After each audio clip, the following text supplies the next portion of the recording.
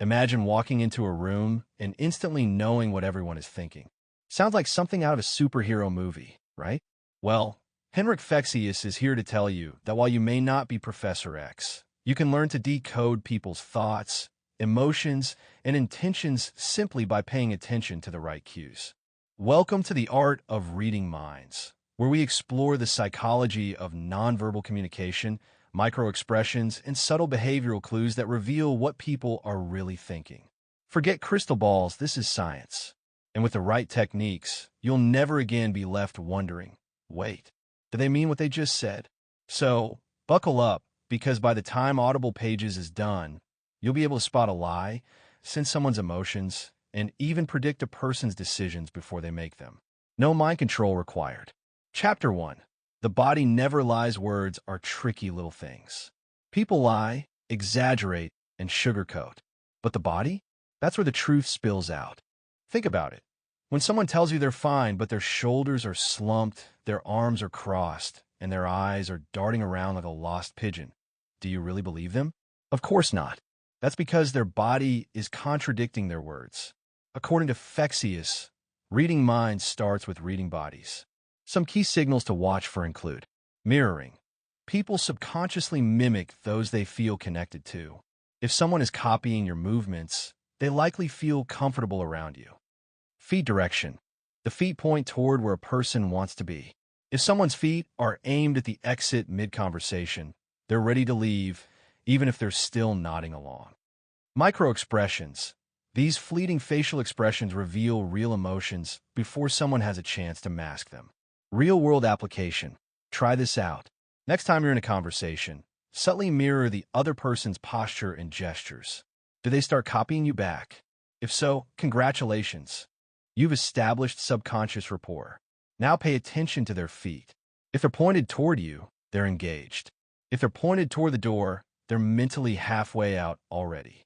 By learning to read these cues, you gain a huge advantage in understanding what's really going on beneath the surface. Chapter 2. The power of observation. Here's the truth. Most people are terrible observers. We walk through life glued to our screens, missing the tiny behaviors that reveal what someone is actually thinking. Fexeus suggests that the key to reading minds is to sharpen your observational skills. Here's how. 1. Become a people watcher. Not in a creepy way, of course, but take a few moments each day to study people's expressions and body language. 2. Note the baseline. Everyone has natural habits. Some people fidget, others stay still. Before jumping to conclusions, notice what's normal for that person. 3. Look for changes. If a normally relaxed person suddenly starts tapping their fingers rapidly, something's up. Exercise.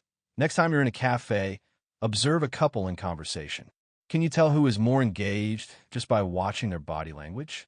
Look for leaning in, eye contact, and synchrony of gestures. These are subtle but powerful clues. By training yourself to see rather than just look, you'll start noticing patterns in behavior you never caught before. Chapter 3. Listening between the lines. Reading minds isn't just about watching, it's also about listening. But not to the words.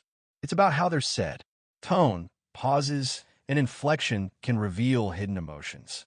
For example, pauses before answering indicate someone is either lying or crafting a careful response.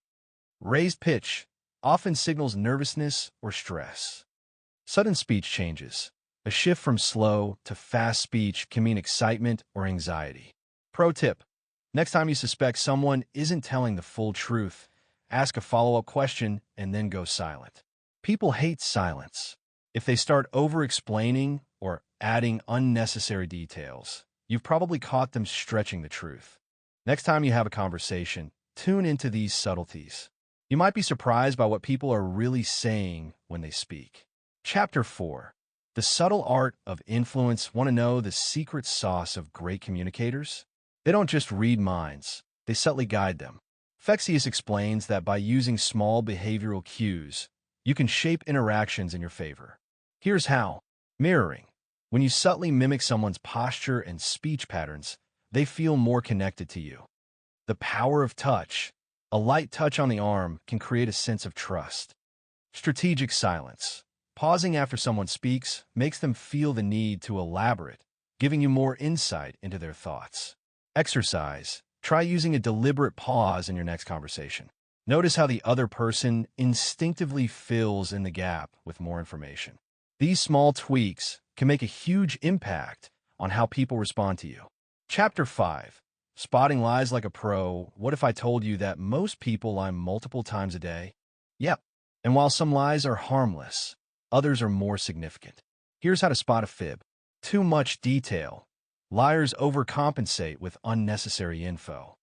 Inconsistent emotions. If someone says they're thrilled, but their face looks neutral, something's off. Eye movements. Contrary to popular belief, looking to the left or right doesn't always mean lying. But darting eyes and sudden blinking do indicate nervousness. Real-world example. Think of a time when someone gave you an overly detailed story that didn't quite add up. Chances are they were fibbing.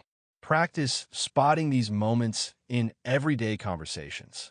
By combining all these techniques, body language, tone, microexpressions, you'll develop a sixth sense for deception. Conclusion. Unlocking your mind-reading superpower. So, are you ready to become a mind reader? By now, you've learned that reading minds isn't about supernatural abilities, it's about paying attention. Here's your challenge. Over the next week, put these skills to the test. Observe, listen, and subtly influence. The more you practice, the sharper your mind-reading skills will become. Final thought. Being able to read minds isn't just about knowing what others are thinking. It's about building stronger connections, making better decisions, and navigating the world more effectively. So, go out there and start decoding the hidden language of the mind. Thank you for listening. Now go and work your mind-reading magic.